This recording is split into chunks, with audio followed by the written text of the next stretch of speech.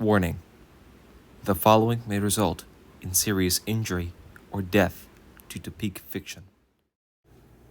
Between the autumnal glistening of moonlight beyond his window, Amadeus found inspiration for one of his outlandish projects.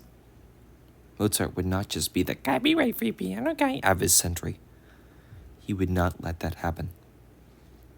To stop this, he spent many days and nights crafting away, writing page after page of syntax trees and various other grammatical linguistic tools that he was creating. However, even after nearing the completion of his creation, he struggled with a name. He was even so stumped, he even turned to a paragraph that was written by some dude who has some obsession with circuses and velar nasals who realistically would have no relation with him ever. But eventually, having used the remaining creativity on the rest of his language, he just called it Pianish. The language where every sentence is an art, a song, and stupid.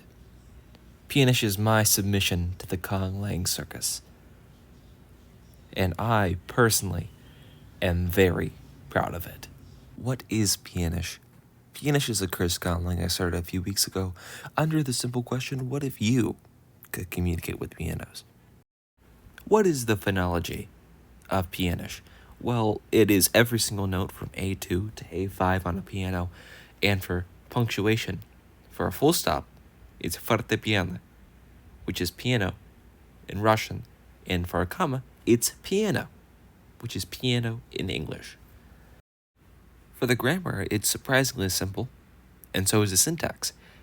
It's an SOV word case, just like Japanese and Turkish. It has 5 cases: nominative, genitive, accusative, prepositional, and negative. There are di, tri, and tetrio semiosinal roots. That was hard to say. From the Greek, semiosi, maybe, I don't speak Greek, meaning note. They're like consonant roots for piano. Keys hold no grammatical function. I do not have perfect pitch. It is irrelevant to me. But lambda, I hear you ask, how do words work? Well, I'm glad you asked. A word is a chord, and a chord is made up of notes between 1 through 7, being the notes in a key. However, if there are sharps, it has to be marked along with octaves. You can go one octave down, an octave up, or 2 octaves up. An example word is rule, which is the first of a key, the second of a key, the third of a key, and the sixth of a key, all an octave down. Nouns can have flares or different intonations that change their meaning or case. This is a lot like how verbs work.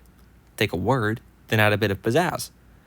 Pizzazz plus accidental equals past, and pizzazz plus arpeggio equals future. Proper nouns work by taking the amount of syllables that are in the proper noun, being a name or a place name or something else, and just playing something in the key, could be literally anything that has the exact amount of syllables, or I guess in this case beats. You may have heard earlier that there were 5 cases in the language. But what are they? Well, I'm glad you asked. The first is nominative. It marks the subject of a sentence, and every single case has a different way that you can tell what it is. With nominative, you just leave it unmarked, unchanged, just leave the word as it is. But with the next one, genitive, which marks possession, you make it staccato, which means to make it short. Just like that. Accusative, it marks the object of a sentence. You just accent it, you make it loud, you just punch it, just once. And prepositional, it marks objects affected by prepositions. It's legato, it's just long. And the last one, negative, negates a noun or an action. It's rolled. Finally, the thing we've all been building up to, the translation. Now, I have a confession. I was going to perform this on my actual piano. However, number 1, I didn't have enough time, and number 2, it sounded terrible on this microphone. So I guess you get what you get.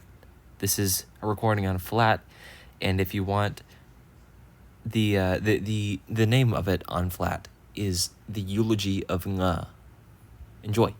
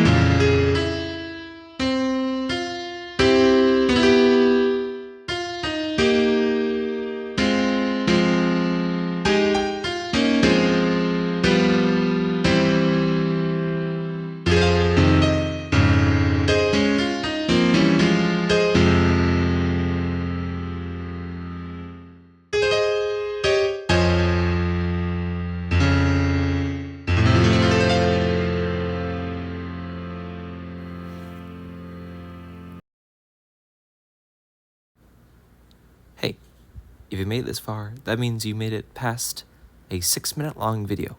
Kudos to you and your Gen Alpha brain. Unfortunately, I couldn't figure out how to put the actual translation onto the things that I was showing. So they should be on screen right about now, and they're just going to keep showing. Hopefully editing me actually doesn't forget to do this, so he can prove to you that I was actually making a language, not just a song. And, thank you. Bye-bye.